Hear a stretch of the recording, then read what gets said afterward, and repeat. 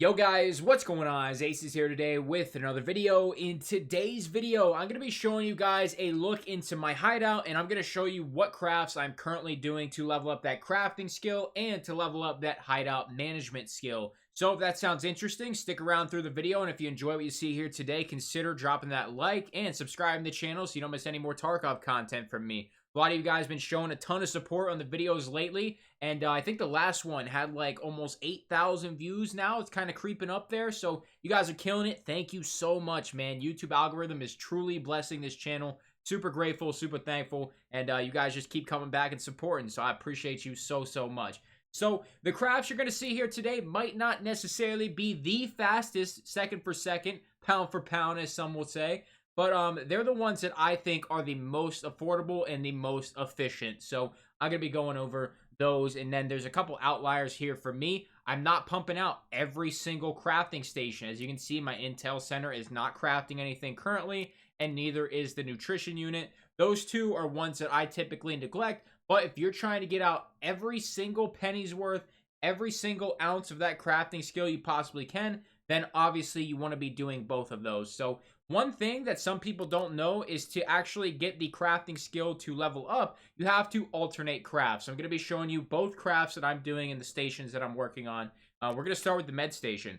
So the one that I'm currently doing is I will do first I will actually do this one right here, which I will show you. Let's go ahead and grab these cheeses here, the AI2s. Get those.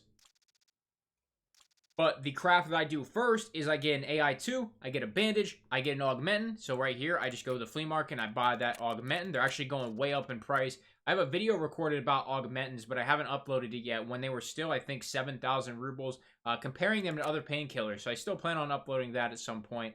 But, getting off track, I apologize. Right here is the first one I will do to make 3 of the pile of meds. And then I will then turn that over and snowball it into 3 AI2s, and then we will get into the bandages here in a second. I'm actually also crafting those, so the only thing I have to purchase is that augmentin, and then, I'm rolling that over into the pile of meds. So we're going to go ahead and start that. There we go. And then that is the one I alternate. So that one's 44 minutes. I have a little bit of a reduction when it comes to the times because of my hideout skill already, but about 45 minutes there. And then I think the AI2s was like 30-some minutes, 22 minutes, something along there, about a half an hour. So, every hour I'm almost pumping out 2 crafts in the med station. So those are the 2 I use for the med station. If I were doing the nutrition unit crafting, I would typically be making the Slickers bars.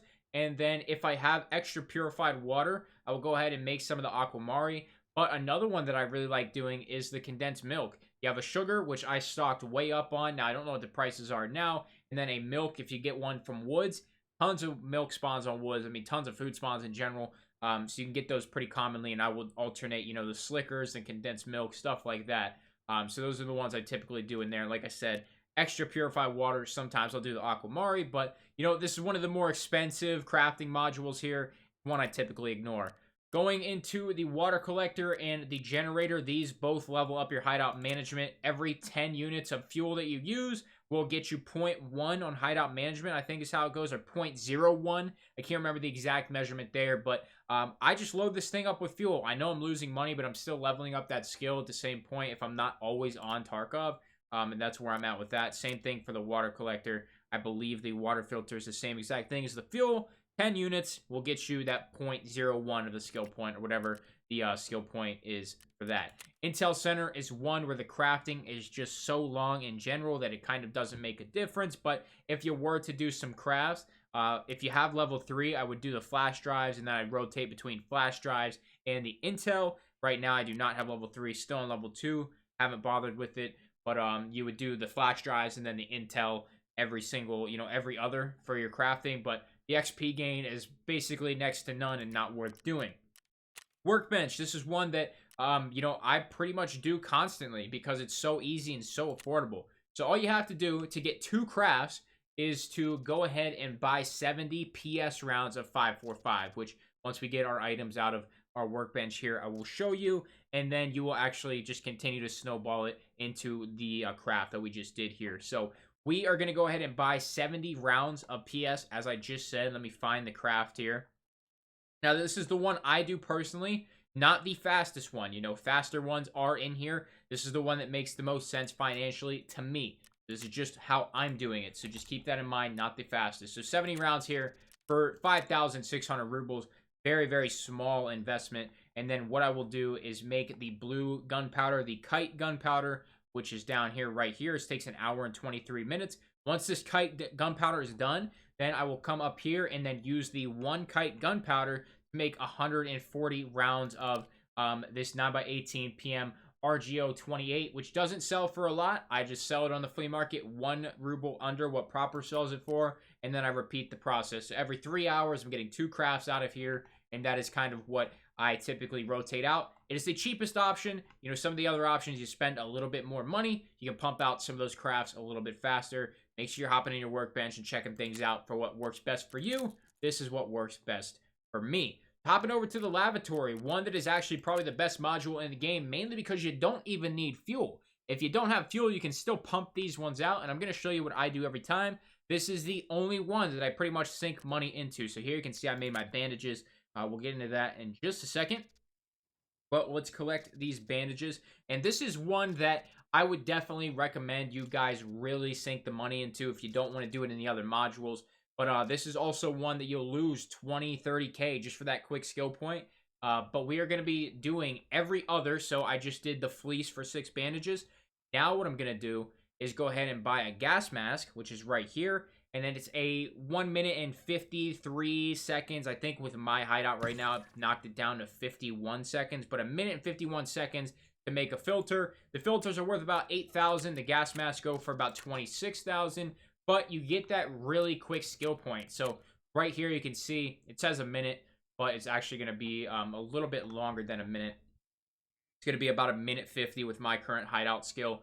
But for you guys, I think it's like a minute 55. You haven't really upgraded much. But this one is a free skill point. It's literally just free skill points because if you're doing every other and you're rotating them, that's where you're going to be really benefiting from the lavatory. Now, the ones that I do is this UX Pro beanie. And then you make a fleece, and then you do another gas mask, make another filter, and then you come down here to the bandages. You make 6 bandages with that fleece, and I will show you the times for those in a second. But you're going to need 4 of these beanies, so I'm going to buy those 4 now from Ragman. And that'll be a 9,000 ruble investment. And if you even sell the bandages later, you can get most of that money back. We have another minute to wait here, so let's cut to that. All right, so our filter is about to finish up. Go ahead and grab that. Now that we have that, I'm going to show you the fleece time. I'm going to show you the bandage time, and then that'll pretty much wrap it up. So here we have the UX Pros. It's going to be 40 minutes on that. Makes 1 fleece, and then we use that fleece to then, after making another one of those filters to get that extra bit of skill points, we're going to come down here to the fleece for bandages. Then that's going to be about 30 minutes for you guys, probably a little bit lower for me. But that's where we're at right now. That is the crafts that I'm currently doing. Might not be the most efficient way to do it. It's just what I'm comfortable with. You know, you're not spending a lot of rubles besides that, 30K on the gas mask. Otherwise, you're pretty much breaking even everywhere else. And it's just free skill points all around.